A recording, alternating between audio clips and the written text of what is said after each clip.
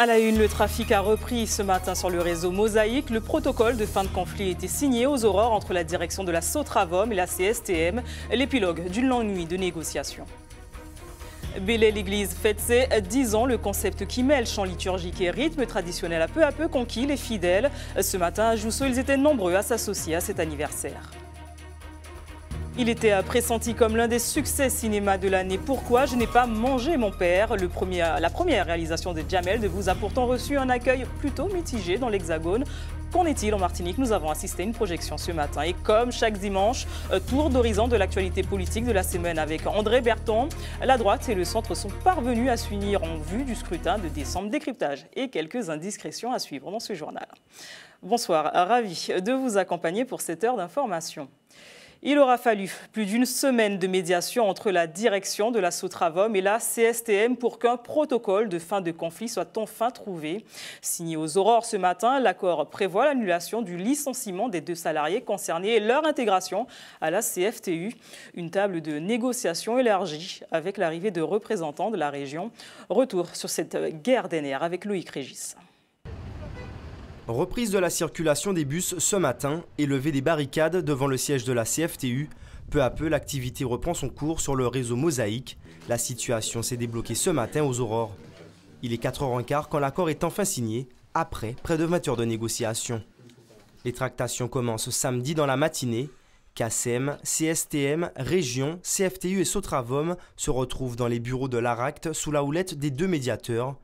Les avancées sont concrètes, mais rien n'est signé. En début de soirée, la tension est palpable, les visages sont crispés, plusieurs documents sont imprimés, certains entrevoient une issue, mais une question d'ordre financier bloque encore la signature. 7 heures plus tard, c'est toujours le statu quo. Accompagné de son avocat, chaque partie examine le texte à la virgule près. Il s'agit de s'assurer de la conformité juridique du futur accord. Au final, c'est à 4h15 que les fameuses signatures sont apposées, au bas d'un accord en 7 articles. Les 2 salariés de la Sotravom ne sont finalement pas licenciés et leur transfert vers la CFTU sera effectif dès demain. Une victoire selon la CSTM.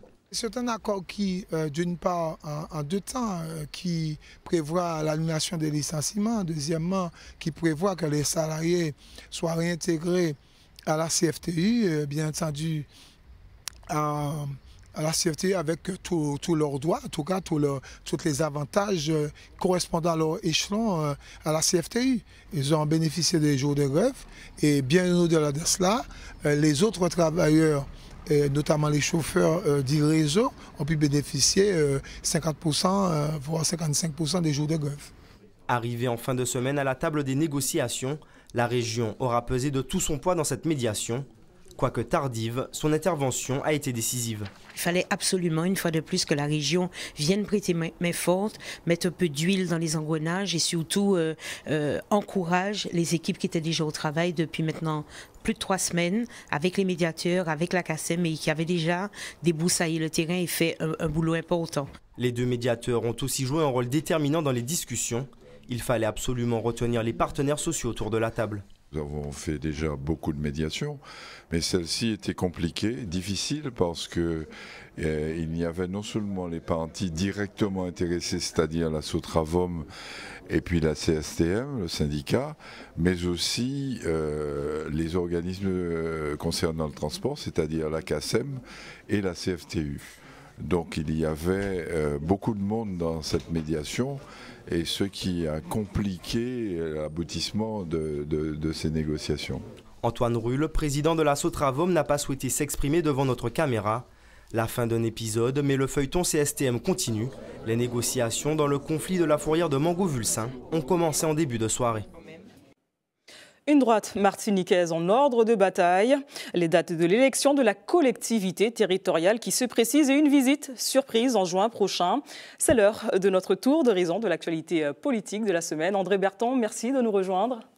Alors, on a donc appris ces derniers jours que les élections à la collectivité territoriale de la Martinique auront lieu en décembre, première quinzaine du mois de décembre précisément.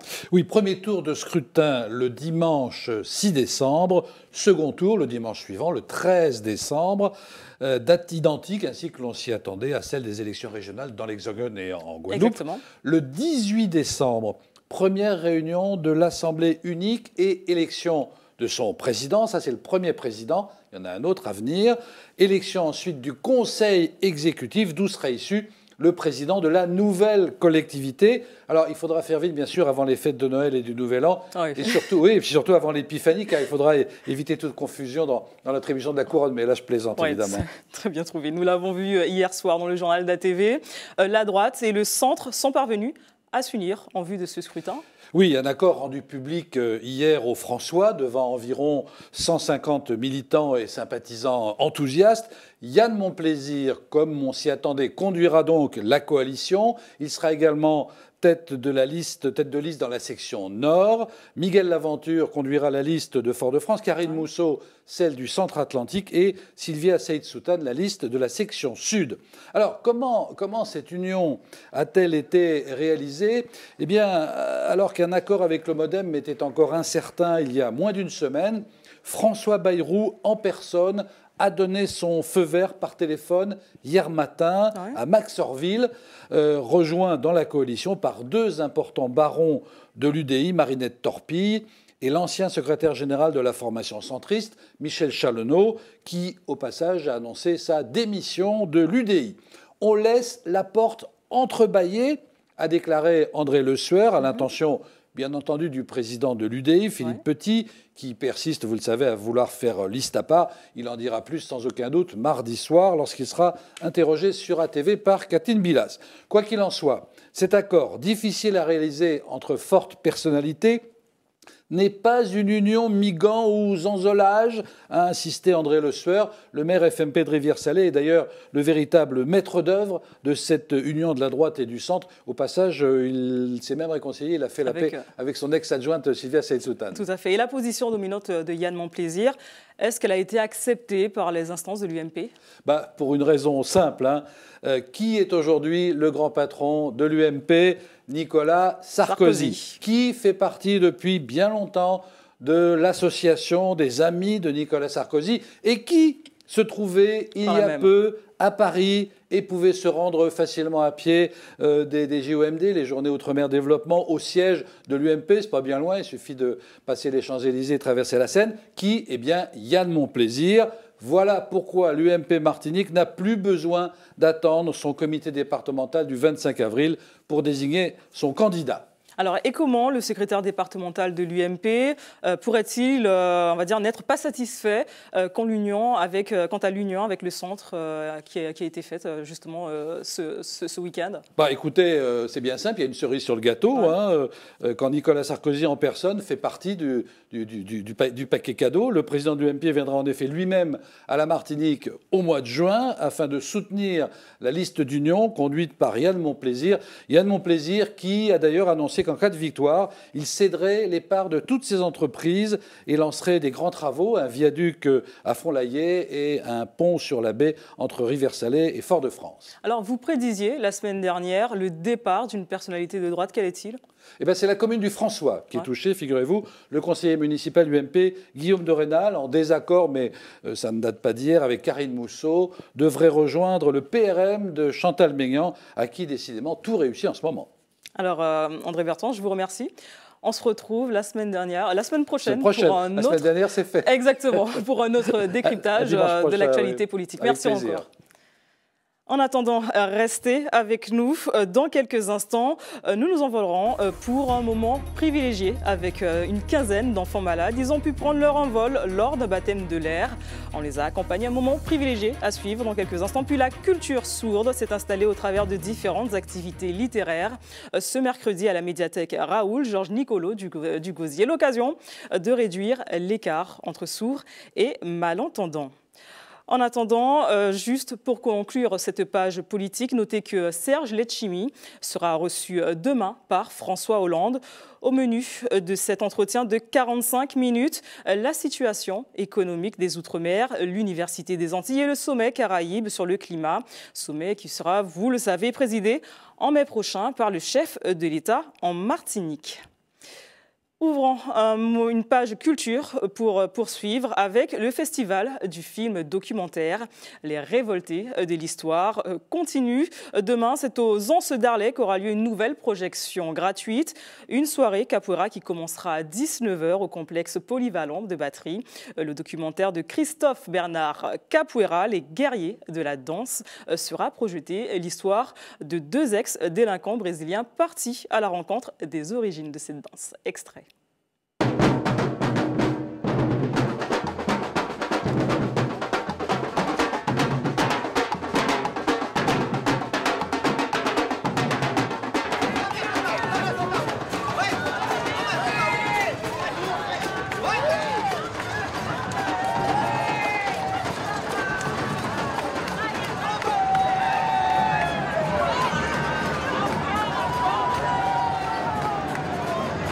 Catholique à l'origine, la fête des bons films s'est peu à peu transformée en une célébration animiste. La popularité de la procession était telle que le clergé de Salvador dut s'y résigner.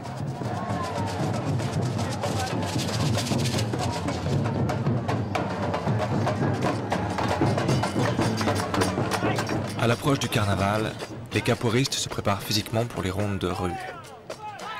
Celles-ci sont particulièrement dangereuses, car elles réunissent des capoeiristes d'écoles rivales. Les affrontements y sont courants.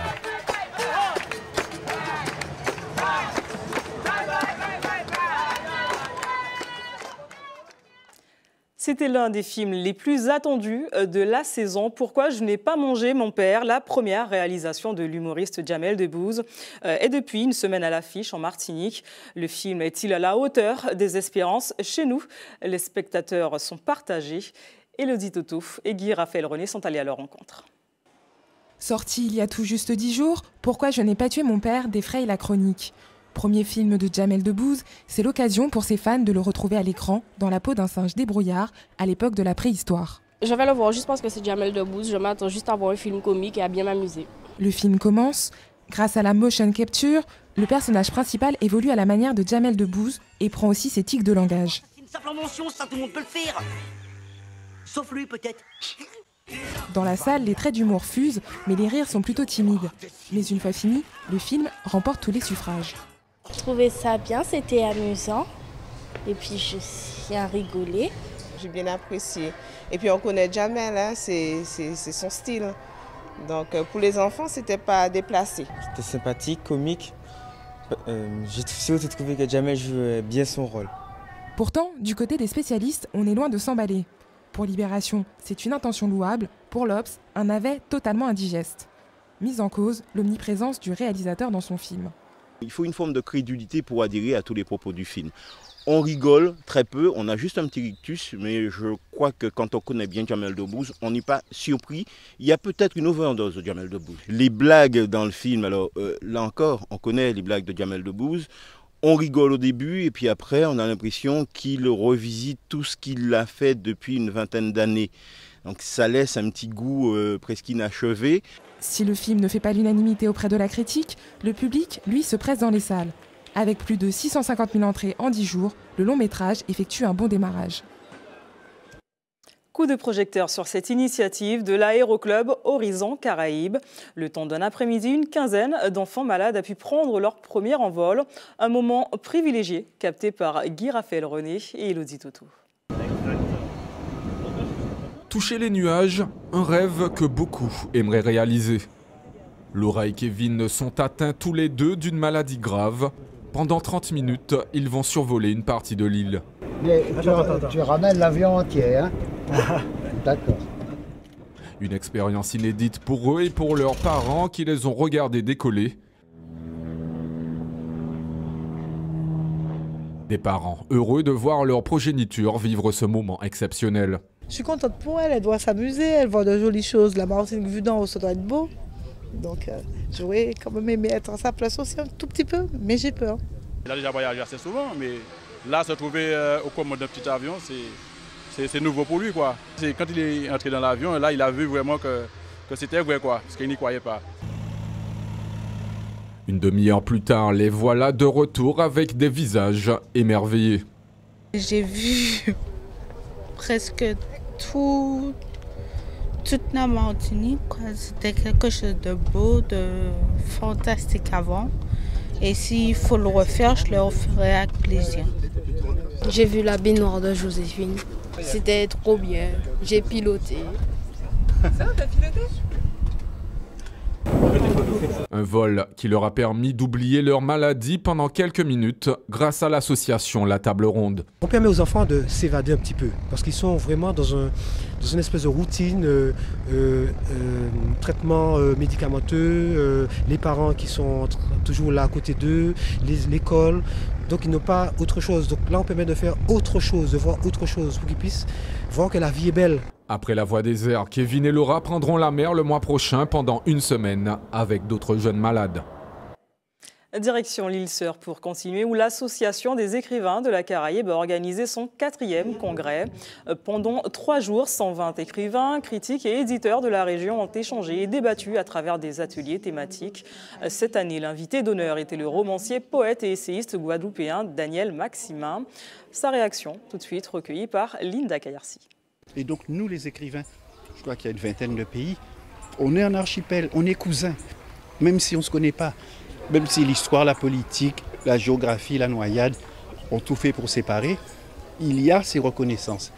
Et c'est important qu'on se voit, qu'on échange, qu'on parle, qu'on regarde les thématiques, notre rapport à l'histoire, notre rapport à la nature, entre enfer et paradis, des choses comme notre rapport à l'amour, à la solitude, aux politiques, au passé et à l'avenir qui souvent est caché derrière les stratégies de mise en valeur du passé. Toujours en Guadeloupe, ce mercredi à la médiathèque, Raoul Georges Nicolo du Gosier, la culture sourde s'est installée au travers de différentes activités littéraires. L'objectif, réduire l'écart entre sourds et malentendants pour favoriser les relations. Pour l'occasion, un conte a été traduit en langue des signes. Linda Kayarsi.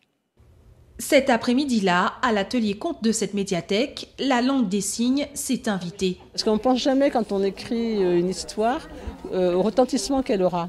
J'ai bien pensé aux enfants, mais je n'ai pas vu à quel point tous les enfants étaient concernés. Une première pour l'auteur, mais aussi pour le conteur. Pas toujours facile de mettre des signes sur des mots. On ne peut pas coller parfaitement au texte, c'est pas la même syntaxe, c'est pas la même grammaire.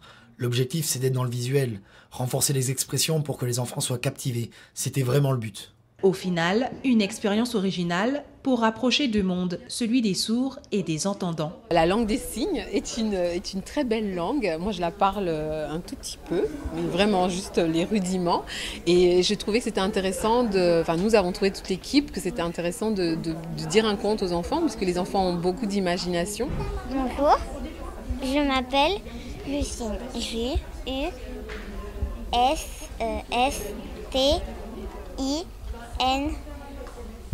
C'est un conte qui a été expliqué et parlé, mais qui, avec la partie signe, donne une dimension beaucoup plus vivante et beaucoup plus explicite. Cet atelier conte lu et signé, une action de plus pour sensibiliser à la culture sourde.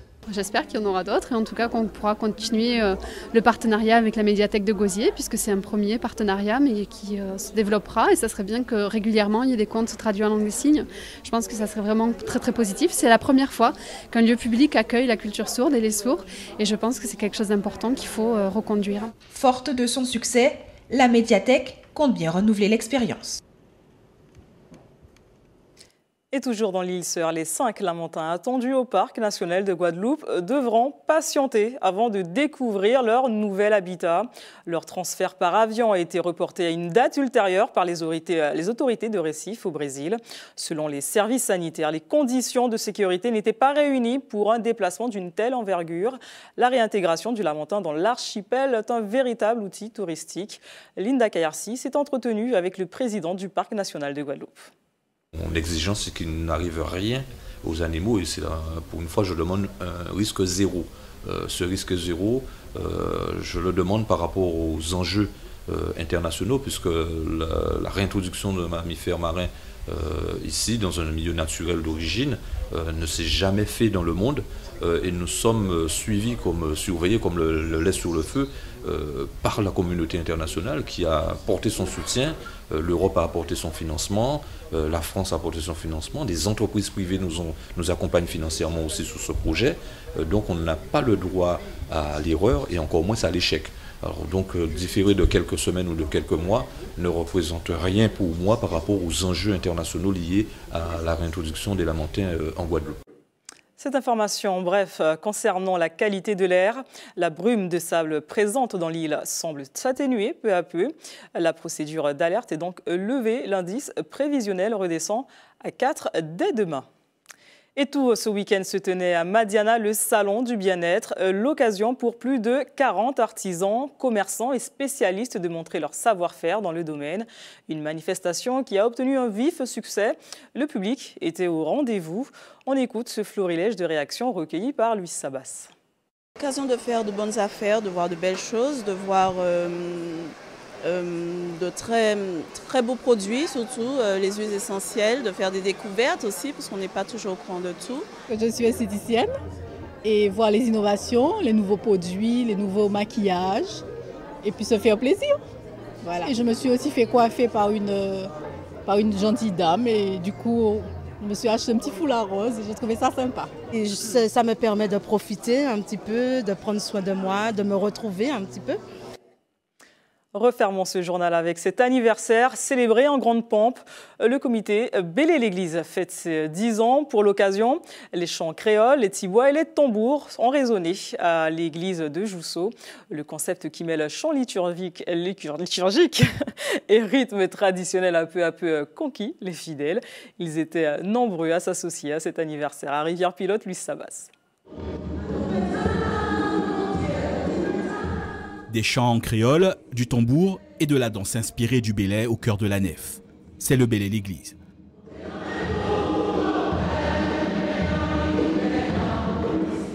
Voilà une décennie que ce type de célébration existe. Né à Jousseau, Rivière-Pilote, et grâce au soutien du père Moncontour, il s'agissait de répondre à la demande de certains paroissiens désirant vivre leur foi à travers leur culture. Pourtant, le Bel et l'Église a eu du mal à trouver sa place auprès des pratiquants.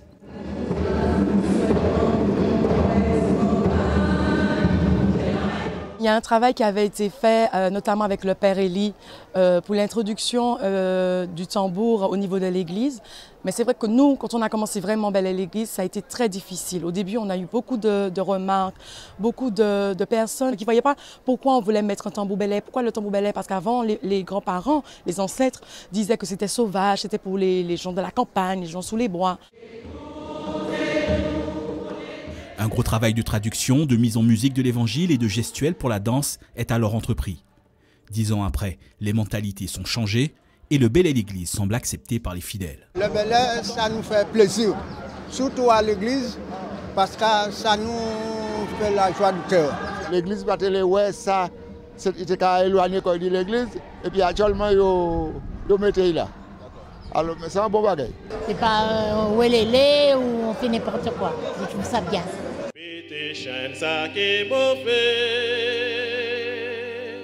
La célébration en créole, la présence du belay, se banalise et se retrouve même lors de l'ordination de l'archevêque David Macaire. Bel et l'Église peut ramener les brebis égarées au sein du culte. La culture, c'est un lieu aussi avec lequel on peut dire sa foi. Donc le travail qu'ils font et qu'on a pu voir aujourd'hui dans cette belle liturgie, c'est de nous rappeler qu'avec notre créole, avec notre culture, avec nos émotions et notre foi, on peut dire aussi cette foi qui nous rassemble. Au bout de 10 ans d'existence, Bel et l'Église s'est multiplié comme des petits pains. Il se décline dans une dizaine de paroisses martiniquaises, jusque dans l'Hexagone. Un magnifique moment partagé à l'église de Jousseau, à Rivière-Pilote. Votre journal local et communal se termine. Restez sur ATV, l'actualité continue. On se retrouve dans une poignée de secondes avec Stéphane Lupon pour le magazine de l'actualité sportive.